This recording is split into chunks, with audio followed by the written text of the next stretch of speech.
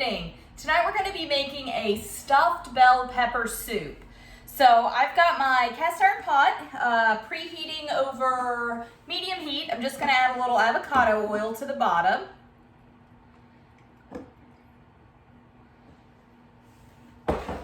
So I made this recipe a couple summers ago.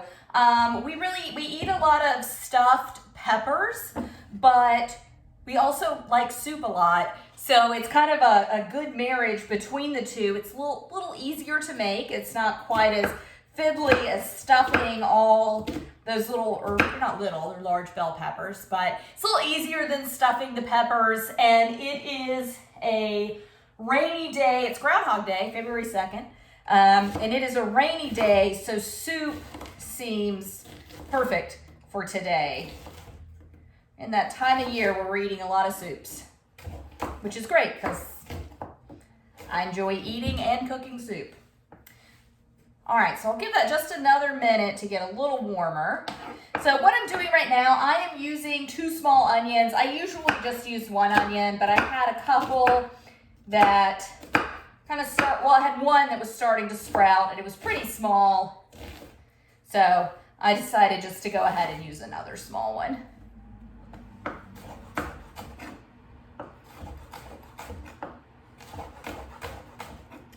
And this is a really simple meal, simple soup.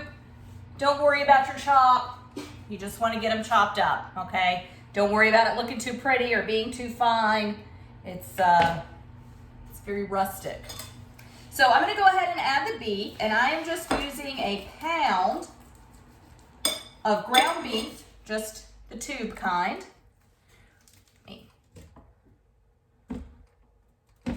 There we go. I'll get this in here, and then I am going to wash my hands real quick.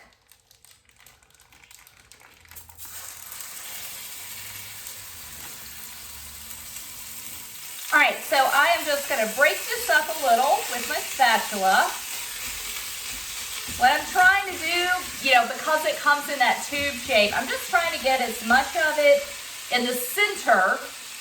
This is a pretty large pot for this small cooking element. So I want to get all of it in the center, but also spread out so that it gets as brown as it can. So I'm going to go ahead and salt and pepper.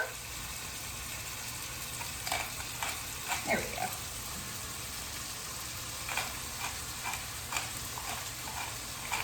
And that is one of the things, the tubes of beef or like ground turkey are definitely less expensive, but so it's a little lower quality meat, and I don't really mind that so much. What I mind is that it's hard. You can't get the initial side salt and peppered before you drop it in there. I mean, you can, but you would dirty up an extra dish. I don't want to do that.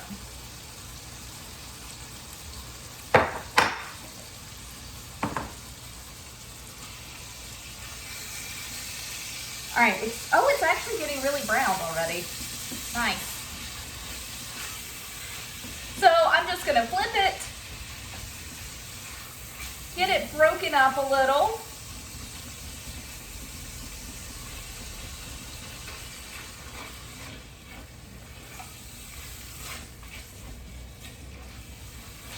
Okay, here we go.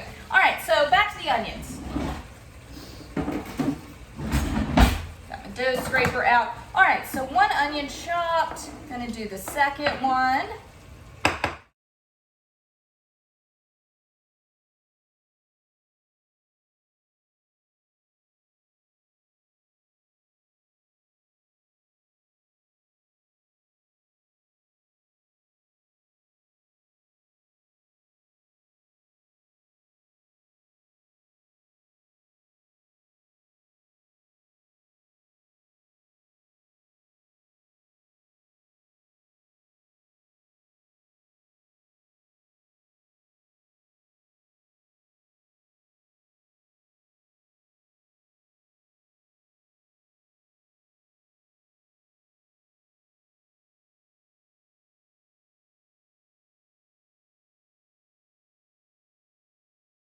My beef, and you can use turkey in this too. Turkey is really good. Ground chicken is good too.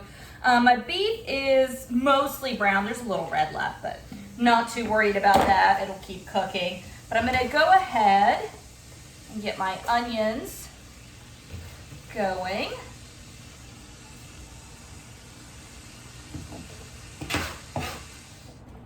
Okay.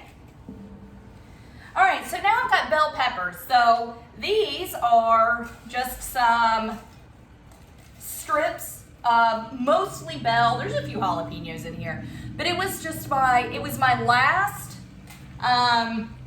peppers out of the garden before the frost hit. So I think the date on the bag is like November 2nd or something, which is pretty crazy that it was that late and we were still able to pull peppers out of our garden, but I knew they weren't going to turn. It's 3 cups, by the way. I usually would just use 3 bell peppers. A bell pepper is roughly a cup of pepper. These have been frozen a few months, so I am trying to use them up. So if I get a little over peppery, it's going to be fine. But it's 3 cups, and they're strips, so I'm going to give them a few at a time. I'm just going to give them a rough dice. But yeah, this was just any peppers. Well, any sweet, or like I said, there's a few jalapenos in here. There's probably some poblanos in here too.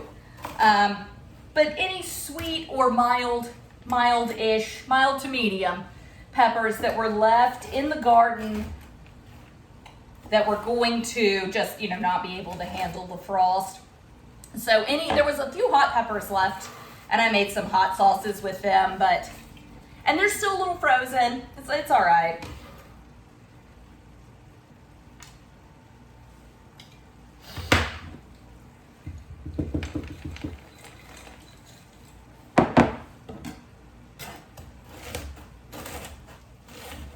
But at the end of the gardening season, I am just, if these were packaged in November, it means that I have been pulling things out of my garden since, I don't know, at least June. I think it was in June that I started getting cucumbers. We'll be doing a spring garden this year. We did not do spring last year. We just did a summer.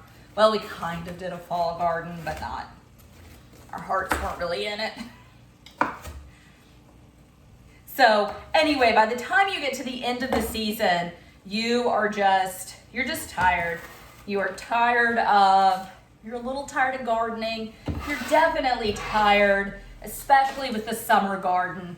You are tired of canning and pickling and all of it. So you're definitely ready to just be done with it. So that is why these got frozen and not preserved in some other way, which honestly, even if I hadn't been tired of preserving things, peppers freeze really, really well. Peppers and okra and sliced green tomatoes, it turns out, all freeze really well. So I probably would have frozen them anyway. Freezing wasn't so much that I was tired as it is just a good way to preserve it. But I also couldn't mentally handle any more canning. I was done canning. Okay, so I'm going to give this a stir, add some salt and pepper, and let this just start to get broken down. Not really looking for the peppers to brown. I got some good caramelization on the beef. I'm not looking for caramelization on the onions or peppers. I mean, it's fine if it happens, but it's not really what I'm going for. But what I want is them just to soften and break down. All right, so now I'm gonna add 2 cloves of garlic. So this recipe was developed somewhat based on a Food Network magazine recipe for chili rellenos that I made several times, changed it up, kind of, made it my own, but they're so good. And so from there, I didn't grow up eating many stuffed peppers, so, my boyfriend says it's one of his favorite things to eat. And it just wasn't something that I really had many recipes for, so I kind of came up with this based on the flavors from the like sauce that I made for the chili rellenos, which I know I'm brutalizing how you say that. It's the best I can do though at this time. So anyway, it's got some unusual flavors to it, things that you don't generally associate with stuffed peppers or any kind of chili rellenos at all. But we'll get to those in just a minute. I promise it's good, even though some of these spices are gonna seem a little bit funky. All right, I'm gonna get this in the compost. Straight pieces of pepper, there we go. All right, and just like with the onions, I'm just gonna do a rough chop on this. You could grate it in if you like, however you normally take care of your garlic.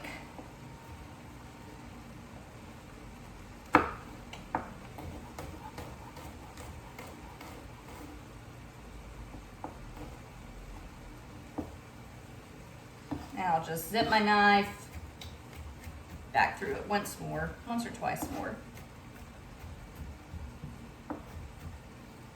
And with this, you know, garlic burning is often an issue when you're cooking. I'm not worried about it right now because adding all those frozen peppers, it lowered the temperature a good bit. So I am not concerned about this burning at all. All right, so I'm gonna give this a stir and then I'll clean up just a little bit while some of this cooks down and I'll be right back. I'm gonna add a few more ingredients to this. Everything is, the beef looks to all be cooked through. The peppers and onions, like I said, I'm not looking for caramelization, but they're sweated. They're definitely softened.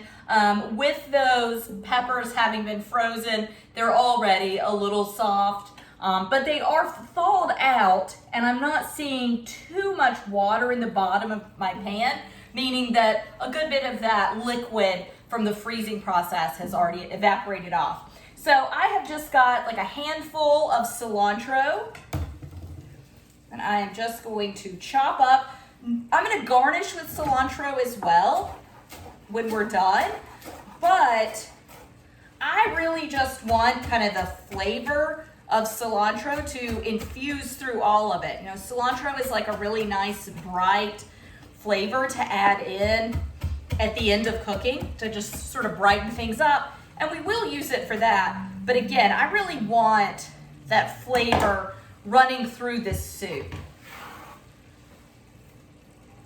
Okay, so I'm gonna add, I've got cilantro in, I'm gonna add 1 bay leaf, nothing too unusual yet. What's a little bit more unusual are the next things. I'm gonna add a 1/4 teaspoon, so a small amount, but a 1/4 teaspoon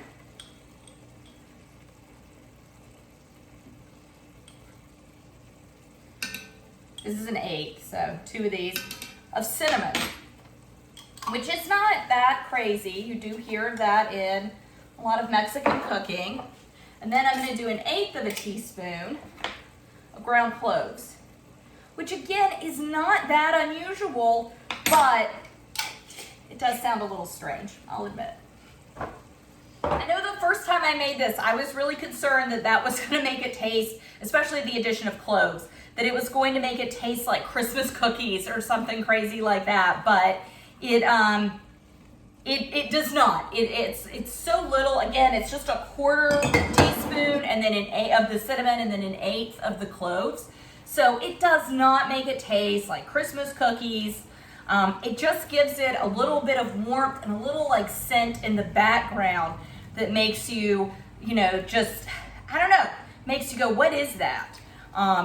I add cinnamon to my chili as well. And I add cocoa as well, not sugar, right? Just cocoa.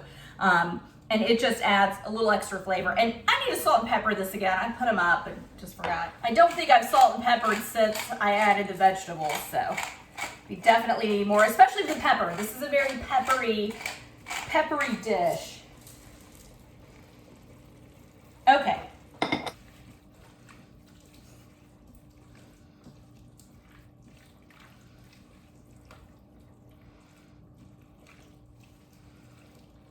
All right, so Very similar right now to stuffing for stuffed peppers, except instead of having whole peppers we're gonna stuff it into, we've got the peppers already mixed in. So now I'm gonna mix in a few more things to really turn it into a soup. You would add tomatoes regardless if you were gonna make stuffed peppers, but I'm gonna turn it into a soup. So I normally do passata. I use the ones I buy are sold in 24-ounce bottles. So I usually use 2 of those. Instead, I'm gonna use some homemade tomato sauce out of my garden. It's a pretty, you can see how liquidy it is. It's a pretty thin sauce, and I made this myself from my own tomatoes. I'm so proud of this. There's just tomatoes and a little bit of salt in it. And then we're gonna add some chicken stock as well. So I've got 2 pints, which are 16 ounces, and then this one 12-ounce jar. I was gonna do 3 pints, but then I remembered my little lonely 12-ounce jar and decided this was probably a good application to use it for. I don't think this soup is gonna miss 4 ounces of liquid, but something else might, so I'm just gonna get it out of the way. Kind of interesting to me though, I don't know that you're gonna be able to see it, but this one in my right hand is really light and this one is really dark. They were just different batches. The light one had a lot more yellow and orange tomatoes in it, and it's probably one I made later in the season, whereas the darker ones were more red tomatoes and could have even been more like purple or black tomatoes. I don't know. I just thought the color difference was funny. So I'm gonna pop these open and just pour them in.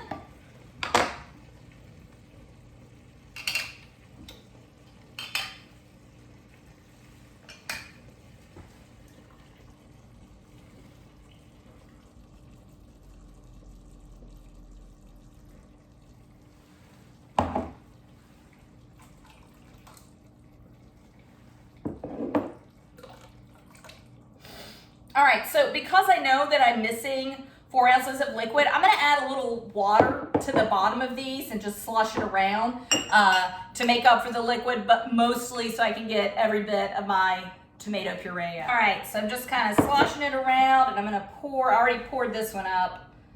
I'm gonna pour this one in. That is a lot more than 4 ounces. I'm glad I'm kind of doing this.